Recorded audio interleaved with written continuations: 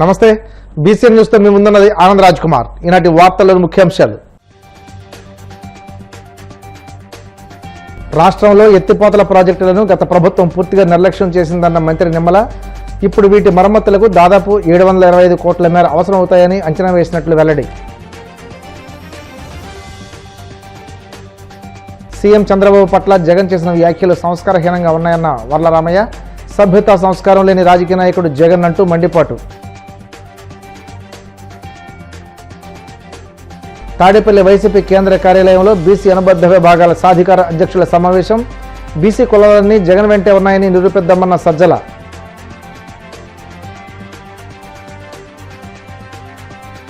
తిరుమల శ్రీవారిని దర్శించుకున్న టీటీడీ మాజీ ఈవో శ్యామలరావు. ఆలయ మర్యాదలతో స్వాగతం పలికిన అధికారులు.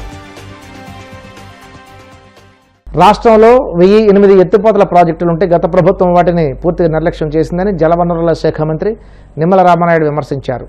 ఇప్పుడు వీటి మరమ్మతులకు దాదాపు 725 కోట్ల అవసరమవుతాయని అంచనా వేసినట్లు తెలిపారు. ఈ పనులకు టెండర్లు పిలిచే ప్రక్రియ మొదలైందని వెలగపూడి సచివాలయంలో మీడియాతో మాట్లాడుతూ ముఖ్యమంత్రి చంద్రబాబు ఆదేశాలతో చేపట్టిన నీటి నిర్వహణ సత్ఫలితాలను ఇచ్చిందన్నారు. ఎగువ నుండి వచ్చిన వరదను ఒడిసి పట్టామని, చంద్రబాబు దూరదృష్టి ముందడుగు రాష్ట్రంలో జలాశయాలన్నీ నిండాయని చెప్పారు. గత ఏడాదితో పోలిస్తే ఈ ఏడాది వర్షాలు తక్కువగానే ఉన్నాయి. ఎగువతి నుండి వచ్చిన వరదను రాయలసీమ, కృష్ణా, గుంటూరు జిల్లాలకు తరలించామని, కృష్ణా జలాలను హంద్రీనివాజ్ నుండి కుప్పం దాకా తీసుకువెళ్లామని వెల్లడించారు. గౌరవ ముఖ్యమంత్రి నారా చంద్రబాబు నాయుడు గారు ఆంధ్రప్రదేశ్ రాష్ట్రాన్ని కరువు రహిత రాష్ట్రంగా మార్చాలనేటువంటి ఆలోచనతో అనునిత్యం పనిచేస్తూ అందులో భాగంగా ఈరోజు కూడా ఇరిగేషన్ డిపార్ట్మెంట్ తోటి సుదీర్ఘమైనటువంటి రివ్యూ ఈరోజు తీసుకోవడం జరిగింది. అందులో పర్టికులర్గా ఆయన చెప్పింది, ఒక్క సంవత్సరం వర్షాలు బాగా పడి 1-2 సంవత్సరాలు వర్షాలు సరిగ్గా కురవకపోయినా కూడా ఆఖరి ఎకరం వరకు కూడా నీరు అందించేటువంటి విధంగా, ప్రతి రిజర్వాయర్ నింపేటువంటి విధంగా ఒక వాటర్ మేనేజ్మెంట్, ఒక వాటర్ సెక్యూరిటీ అనేది మనం ప్రాధాన్యతనిచ్చుకుని పనిచేయాలనేది ఆయన ప్రధాన ఉద్దేశంగా ఈరోజు ఈ రివ్యూ జరిగిన విషయాన్ని సందర్భంగా తెలియజేసుకుంటూ ఉన్నా. ఈ రకంగా చంద్రబాబు నాయుడు గారు ఇచ్చినటువంటి డైరెక్షన్స్ కానివ్వండి, ఆయన ప్రతి ఆఖరి నీటి బొట్టును కూడా ఒడిసిబట్టి రిజర్వ్ చేయాలనేటువంటి ఆయన యొక్క ఆలోచన కానివ్వండి, ఈ సంవత్సరం కాలంలో మంచి సత్ఫలితాలను కూడా ఇచ్చినటువంటి పరిస్థితి, రికార్డ్స్ కూడా చూస్తూ ఉంటే మనందరికీ అర్థమవుతున్నటువంటి పరిస్థితి. అందులో భాగంగా ఈరోజు రివ్యూలో చూస్తే ఏదైతే ఈ రాష్ట్రంలో ఉన్నటువంటి మేజర్ అండ్ మీడియం డ్రైన్ ఏదైతే రిజర్వాయర్స్ ఉన్నాయో, ఈ మేజర్ అండ్ మీడియం రిజర్వాయర్స్ ఈరోజు చూస్తే 85.6 85.6% ఈరోజు మేజర్ అండ్ మీడియం రిజర్వాయర్స్ అన్ని కూడా ఈ రోజుకి ఫిల్ అయినటువంటి పరిస్థితి. ఇదే గత సంవత్సరం చూస్తే అది 79.4% ఉన్నటువంటి పరిస్థితి. అదేవిధంగా ఈరోజు గ్రౌండ్ వాటర్ చూస్తే మరి ఏదైతే 8.43 మీటర్స్ ఈరోజు గ్రౌండ్ వాటర్ ఉన్నటువంటి పరిస్థితి.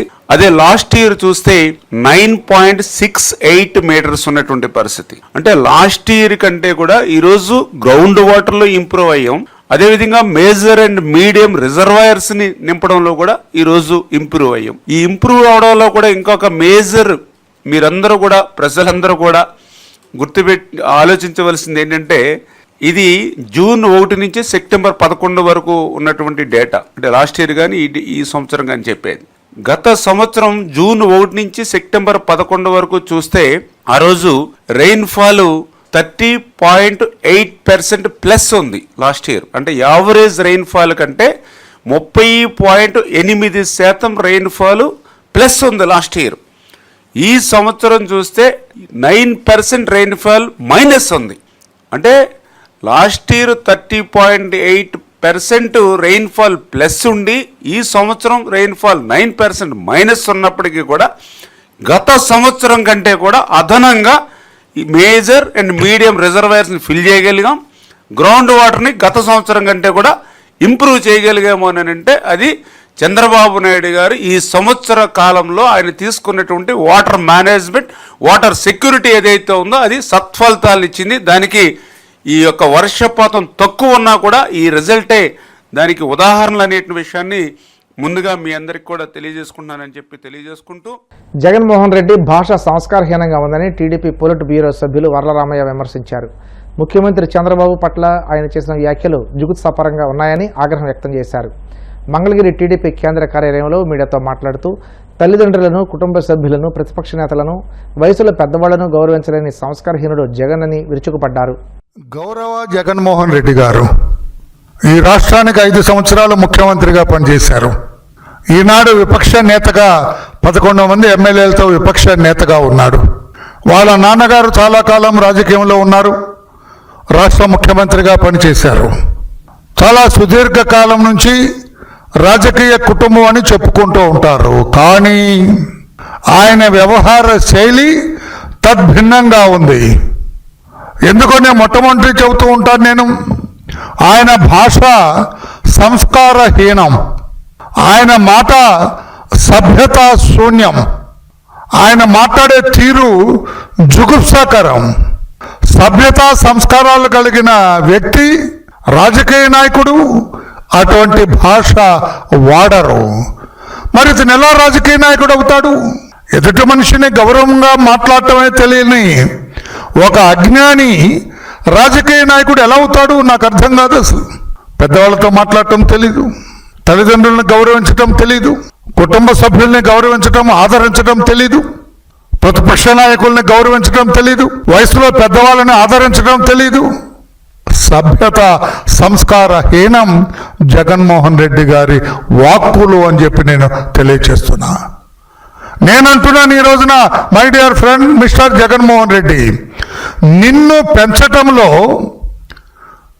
నిన్ను తమ కుమారుడిగా తీర్చిదిద్దటంలో మీ నాన్న దివంగత రాజశేఖర రెడ్డి గారు, మీ అమ్మ విజయమ్మ గారు పూర్తిగా విఫలమయ్యారు అని నేను అంటున్నాను. నేనేమి బిడియబట్టలేదు ఆ మాట చెప్పడానికి, కనపడుతుందిగా. అరే నీ దుంపదేగా, మీ నాన్న వయసు నారా చంద్రబాబు నాయుడు గారిది, మీకు రాజకీయ ప్రత్యర్థి అవ్వచ్చు, రాజకీయంగా మిమ్మల్ని విభేదిస్తూ ఉండొచ్చు, కానీ మీరు మాట్లాడే మాట ఏంటా? వెళ్ళి బావిలో దూకమని అంటాడు. బుద్ధి ఉన్నవాడు, ఇంగిత జ్ఞానం ఉన్నవాడు ఎవరైనా మాట్లాడు. నిన్నే 24 గంటలు కూడా అవలా ఆయన ప్రెస్ మీట్ పెట్టి చంద్రబాబు నాయుడు గారు, అచ్చెన్నాయుడు గారు, పవన్ కళ్యాణ్ గారు వెళ్ళి బావిలో దూకమను. ఎవరైనా అంటారు శాపనార్థాలు పెడతావా? ఏదో నీళ్ళ దగ్గర కొట్టుకునే అనొచ్చా? నీళ్ళ దగ్గర, పంపుల దగ్గర కొట్టుకునే మహిళలు బిందా ప్లాస్టిక్ బిందెలు ఒక్కొక్కటి ఇట్లా కొట్టుకుంటూ మాట్లాడతారు. అశ్లీల పదజాలను కూడా ఉపయోగిస్తూ ఉంటారు. నేను మహిళల్ని కించపరచాలని కాదమ్మా. అలా ఉంది నీ మాట, నీ మాట తీరు. బావిలో దూకంటే నీకు ధైర్యం ఉంటే, దమ్ముంటే, నీకేమైనా రికార్డెడ్గా ఏదైనా ఆథెంటిసిటీ ఉంటే ప్రశ్నించు ప్రభుత్వాన్ని. బాయిలు నేను అడుగుతున్నాను, అక్క చెల్లె మీరు చెప్పండి, మీరు మహిళ కూడా ఉన్నారమ్మా చెప్పండి, అనొచ్చా బాయిలు దూకండి వెళ్ళి? ఏమిటి శాపనార్థాలు? వీళ్ళు పిల్లి శాపనార్థాలు పెట్టినట్టుంది, పిల్లి శాపాల్లాగా. ఎన్ని శాపనార్థాలు పెట్టినా నువ్వు ఎన్ని బాయిలో దూకమని చంద్రబాబు నాయుడు గారిని, ఆయనే ముఖ్యమంత్రి, నువ్వు కాలేవు ముఖ్యమంత్రి. ఇక నువ్వు ఈ రకంగా నోటుకొచ్చినట్లు మాట్లాడుతుంటే నువ్వు భవిష్యత్తులో ఏనాటికి అవలేవు ముఖ్యమంత్రివి. ఎవరు గౌరవించి నీకు ఓటేస్తారు? అని వాడారు, నోటుకొచ్చినట్టు మాట్లాడతారు. చంద్రబాబు గారిని బావిలో దూకమన్నాడు చూడు, పవన్ కళ్యాణ్ బావిలో దూకమన్నాడు, అతను అచ్చెన్నాయుడు గారిని బావిలో దూకమని అతను నీకు ఎవరైనా ఓటేస్తారా? గౌరవంగా మాట్లాడాలా, సంస్కారయుతంగా ఉండాలి. ఒక చెంప కొడితే రెండో చెంప చూపించినట్లు ఉండాలి. మీరు క్రైస్తవ మతం అంటావు, నువ్వు బైబిల్ చదువుతానంటావు, నువ్వు క్రైస్తవ మతాన్ని పాటిస్తానంటా. నీ దుంపతగా ఎప్పుడైనా బైబిల్ చదివారా మీరు? బీసీ కులాలన్నీ వైసీపీ అధినేత జగన్మోహన్ రెడ్డి వెంటే ఉన్నాయని నిరూపిద్దామని ఆ పార్టీ స్టేట్ కోఆర్డినేటర్ సదల రామకృష్ణారెడ్డి పిలుపునిచ్చారు. బీసీలకు గుర్తింపు, ప్రాధాన్యత కల్పించింది జగన్మోహన్ రెడ్డి ప్రభుత్వమని గుర్తు చేశారు. తాడేపల్లిలోని వైసీపీ కేంద్ర కార్యాలయంలో రాష్ట్ర బీసీ అనుబంధ విభాగాల సాధికార అధ్యక్షుల సమావేశం నిర్వహించారు. ఈ సమావేశానికి ముఖ్య అతిథిగా సదల రామకృష్ణారెడ్డి హాజరయ్యారు. వివిధ స్థాయిలలో కమిటీ నిర్మాణ స్వరూపం, ఇతర ముఖ్యమైన అంశాలపై చర్చించారు. ఉనికి కులాలకు ఉనికి కూడా తీసుకొచ్చారు. అలాగే ఆ కులంలో ఉన్న వాళ్ళ ప్రయోజనాలు, ఆ కులస్తులకు సంబంధించిన వాళ్ళ ఇబ్బందులు తొలగించే ప్రయత్నం కూడా మీ వైపు నుంచి చేశారు. మీరు ఎప్పుడైనా చెప్పుకోవడానికి ఒక ఘనమైన ఇది వచ్చిందంటే తొలిసారి ఒక కార్పొరేషన్కు సంబంధించినంత వరకు మాకు జగనన్న అవకాశం ఇచ్చాడు, మా హయాంలోనే ఇవి వచ్చాయని కూడా చెప్పుకునే ఘనత మీకు దక్కించింది. వైఎస్ఆర్సీపీ వల్ల అది సాధ్యమైంది. జగన్మోహన్ రెడ్డి గారు ఆ ఘనత మీకు ఇచ్చారు. ప్రతిపక్షం లేకొచ్చాం. ఒక రకంగా ఇది మనకు మంచి అవకాశం. ఇప్పుడు ఏం చేయగలం అనేది చూపే దిశగా అడుగులు వేసాము, చేసే ప్రయత్నం చేశాము, కొంతవరకు చేస్తూ వచ్చాము. ఇప్పుడు ఇంకా ఏం చేయొచ్చు, నెక్స్ట్ మళ్ళీ ప్రభుత్వం లేకొచ్చేసరికి ఈ కులాలు ఏవైతే మనం అనుకున్నామో, మిమ్మల్ని ఏవేటికైతే బాధ్యులు పెట్టారో ఆ కులాలకు సంబంధించిన వాళ్ళందరినీ చైతన్యపరిచి వైఎస్ఆర్సీపీతో ఉంటేనే జగన్మోహన్ రెడ్డి గారు వెంట నడిస్తే మన బిడ్డలకు బ్రహ్మాండమైన భవిష్యత్తు ఉంటుంది, మన కులానికి ఉజ్వలమైన భవిష్యత్తు ఉంటుంది.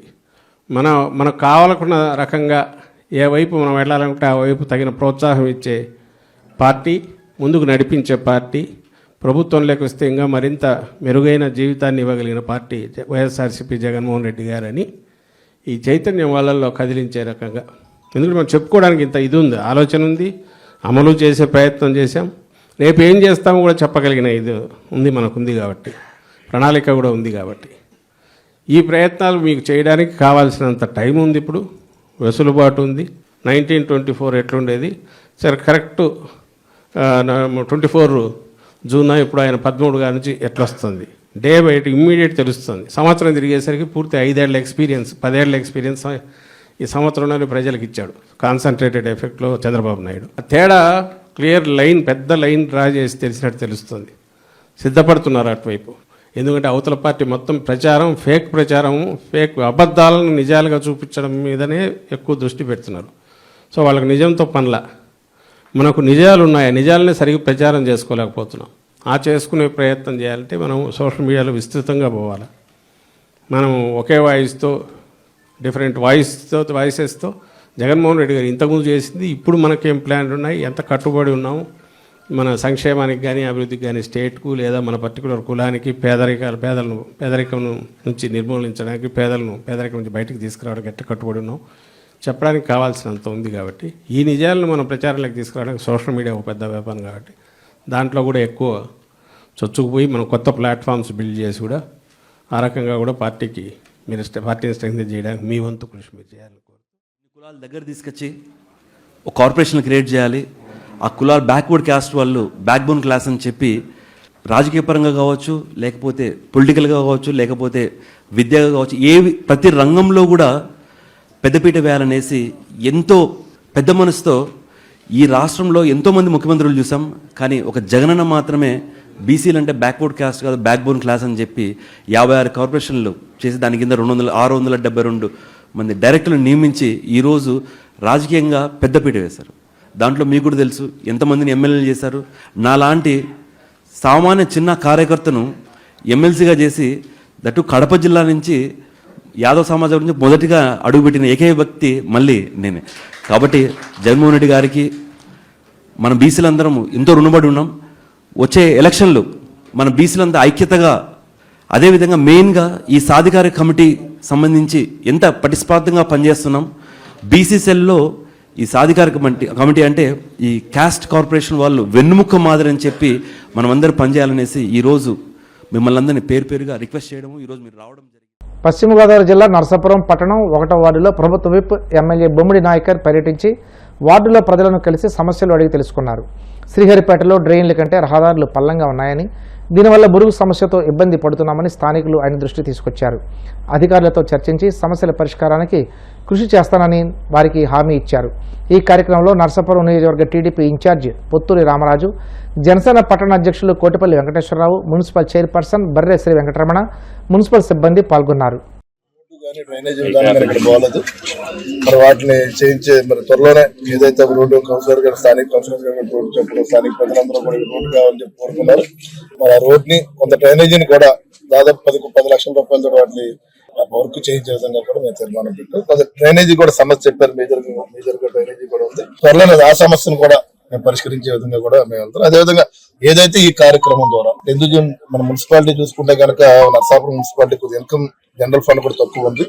మరి ఉన్న జనరల్ ఫండ్ నుంచి మొత్తం 31 వార్డుకి సరిచేసే విధంగా కూడా మేము ప్రణాళిక ప్లాన్ చేస్తాం. నియోజక ప్రజలకు కానీ ఇక్కడ ఉన్నటువంటి 31 వార్డు ప్రజానికి కానీ కూడా అందరికీ కూడా మంచి జరిగే విధంగానే మరి ఈ కార్యక్రమం ఎన్డీఏ కూటమి ముందుకెళ్తుంది. ఇంటికి తిరిగి పారిశుద్ధ్యం కానీ అభివృద్ధి గురించి కానీ అంతా తిరుగుతా ఉన్నాం. మా యొక్క శాసనసభ్యులు నాయకర్ గారి ఆధ్వర్యంలో ఈ పర్యటన జరుగుతూ ఉంది. ముఖ్యంగా ఇక్కడ ప్రజలందరూ కూడా స్వచ్ఛందంగా వచ్చి వాళ్ళ సమస్యలు ప్రతిదీ కూడా తెలియజేస్తా ఉన్నారు. ఇది మంచి కార్యక్రమం అని నరసాపురంలో పట్టణంలో ఉన్న ప్రజలందరూ కూడా మా సమస్యలు చెప్పడానికి ఒక అవకాశం దొరికిందని చెప్పని ప్రజలందరూ కూడా సంతోషం వ్యక్తం చేస్తా ఉన్నారు. గత ప్రభుత్వం జగన్మోహన్ రెడ్డి గారి ప్రభుత్వంలో ఆర్ఎన్బి రోడ్లు కానీ, మున్సిపల్ రోడ్లు కానీ, పారిశుద్ధ్యం కానీ, అలాగే అన్ని రకాలుగాని కూడా రాష్ట్రం అన్ని విధాలు నష్టపోయింది. ఇవాళ ఈ కూటమి ప్రభుత్వం అధికారంలోకి వచ్చిన తర్వాత ఆర్ఎన్బి రోడ్లకి గతంలో అనేకమైన గ్రాంట్లు ఇచ్చి, అలాగే నిన్న కాక మొన్న కూడా 500 కోట్ల రూపాయలు ఇచ్చి ఆర్ఎన్బి రోడ్లను అభివృద్ధి చేస్తా ఉన్నారు. అలాగే మున్సిపాలిటీని కూడా అన్ని రకాలుగా అభివృద్ధి చేయడానికి ఈ కూటమి ప్రభుత్వం కట్టుబడి ఉందని చెప్పని ఈ యొక్క తిరిగేటప్పుడు ఈ సమస్యలన్నీ కూడా మన శాసనసభ్యులు అధికారికంగా గుర్తించి వాటిని కూడా పరిష్కారం చేయడానికి కృషి చేస్తారని చెప్పని, ఇది ప్రజలకు మంచి అవకాశం అని చెప్పని, మీ ప్రజల సమస్యను తెలియజేయడానికి మంచి అవకాశం ఉపయోగించుకోవాలని చెప్పని కోరుకుంటున్నాను. ఇప్పుడు కాసేపు ప్రకటనలు.